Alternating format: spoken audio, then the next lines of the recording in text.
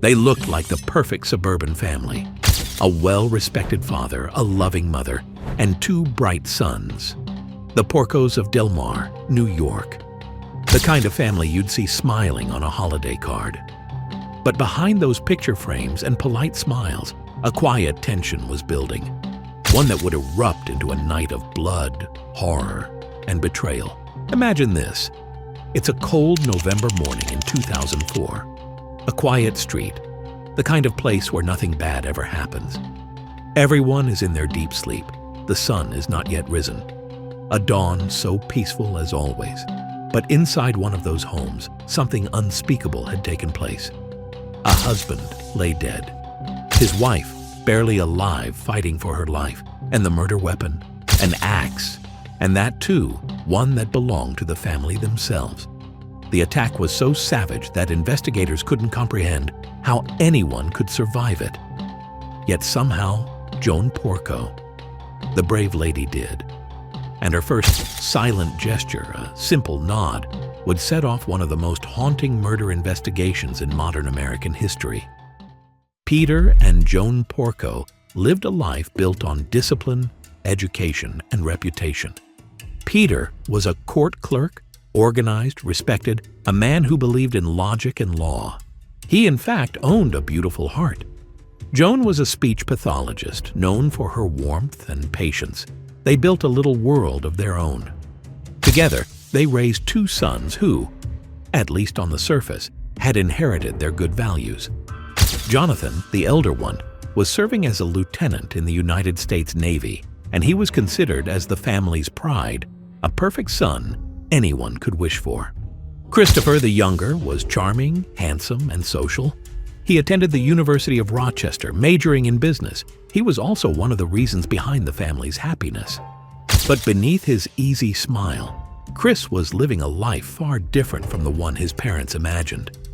He hid his other self away from his family and never let them know. The poor family was unaware about their beloved son's true nature. He loved expensive things. A bright yellow Jeep Wrangler, flashy gadgets, and a lifestyle he couldn't afford. When his father found out that Chris had forged his parents' signatures to take out student loans and buy that Jeep, the illusion of perfection shattered. Peter at first was shocked and stunned in disbelief, but confronted him in a stern but loving email, telling him that he was disappointed, but still believed he could change. It was the kind of message only a parent could write. Disappointed, yet hopeful. Peter was such a man. But sometimes love and forgiveness aren't enough to stop what's already been set in motion. It was November 15th, 2004. In the early hours before dawn, an intruder crept into the Porco home. The house was quiet, the kind of silence that blankets everything before sunrise. Upstairs, Peter and Joan were asleep in their bed. They were so peaceful in their sleep because they never knew the morning that they were going to wake up would not be the same. The intruder entered the room where they were sleeping, and then came the first swing. And the second, the third, and then 14 more. Peter was struck 16 times with an axe. Joan, 3. The force was so brutal it left blood splattered across the walls, sheets, and furniture. The attacker didn't steal a thing. It wasn't a robbery. The intention never was. It was rage. When Peter didn't show up for work that morning, his colleagues knew something was wrong. He never missed a day. There started the unveiling of the truth. A police officer was sent to check on him, and what he found would haunt him forever. The front door was ajar, the key still in the lock. There were faint streaks of red on the floor leading inside. And then in the hallway, the officer saw a body, Peter Porco, lying in a pool of blood. But what baffled investigators was this: Peter hadn't died in his bed. He'd somehow managed to get up, go about his morning routine, make breakfast, load the dishwasher, even fetch the newspaper from outside before collapsing and dying at the front door. It was impossible, but it happened. Doctors later said that the top part of Peter's brain, the area that controlled logic and reasoning, had been destroyed, but the part that governed routine, basic behavior remained active. His body was on autopilot, performing the habits of a lifetime one last time. Upstairs, Joan was found clinging to life. Her face was unrecognizable, her skull fractured, and at the foot of the bed, the axe, the family's own. At the hospital, Joan was placed under heavy sedation. But before she went into surgery, an investigator who knew the family asked her a question. "Do you know who did this?" She nodded yes. "Was it your son, Christopher?" Again? She nodded yes. That single moment, just two silent nods, would become the cornerstone of the case. Christopher Porco, just 21, denied everything. He claimed he'd been at the university 200 miles away. He was cooperative, gave a DNA sample, let police examine his body, and even allowed them to search his car. No blood, no cuts, no visible evidence linking him to the attack. But detectives couldn't ignore what they already knew: the money problems, the forgery, the strained relationship. And there was one more detail: Peter and Joan's life insurance policy, worth over $1 million. Still, suspicion isn't proof. So police began retracing every movement of that yellow Jeep. They reviewed highway cameras between Rochester and Del Mar. At 10:30 p.m., the night before the murder, a yellow Jeep was seen leaving the university. At 2:14 a.m., the Porco home's alarm system was deactivated using the correct passcode. At 4:59 a.m., the phone line was cut. And at 8:30 a.m., that same yellow Jeep was seen returning to campus.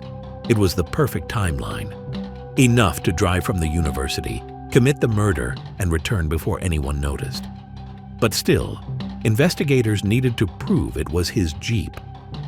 When detectives compared photos of Chris's Jeep to the blurry highway footage, they noticed three things: a patch of mud on the passenger door, a torn parking sticker on the window, and a distinct sticker on the spare tire. Every mark matched perfectly.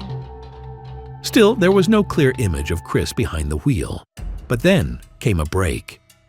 At a toll booth along his likely route, an attendant recalled seeing a bright yellow Jeep around 11 p.m. that night.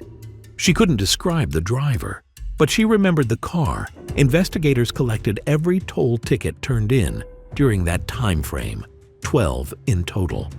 Only one carried DNA: Christopher Porco's. That single ticket shattered his alibi, and as police dug deeper, the image of the perfect son began to crumble completely. He had burglarized his parents' home a year earlier, stealing laptops and selling them online. He'd lied about his tuition, his grades, and his finances. He'd even faked his own death in emails to scam buyers on eBay. The pattern was clear: manipulation, deceit, and greed. Still, Joan, the survivor, suddenly claimed she didn't remember nodding when asked if Chris had done it. She stood by him. She insisted he was innocent. For investigators, it was like watching a mother's love override logic. She had lost her husband, nearly lost her life, yet refused to believe her surviving son was capable of such horror. In 2006, Christopher Porco went on trial for the murder of his father and the attempted murder of his mother. The courtroom was packed. Joan Porco sat in the front row, her face reconstructed after multiple surgeries, her expression unreadable. And beside her, her son. Calm, well-dressed, unshaken. Prosecutors painted him as a master manipulator. A young man so desperate for money and freedom that he saw his parents not as family, but as obstacles. They showed the emails, the financial records, the camera footage, the toll ticket, each piece fitting perfectly into the blueprint of a calculated crime. The defense fought back, arguing the case was circumstantial. No fingerprints on the axe, no blood on his clothes, no eyewitnesses, and a mother who publicly declared her son's innocence. But then came the chilling replay of that hospital interaction. Joan's silent nod.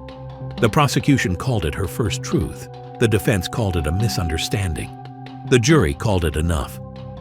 After days of deliberation, they reached their verdict. Christopher Porco was found guilty of second-degree murder and attempted murder.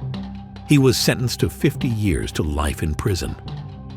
As the sentence was read, Joan sat quietly. No tears, no outburst. Just a mother watching the only son she had left being taken away.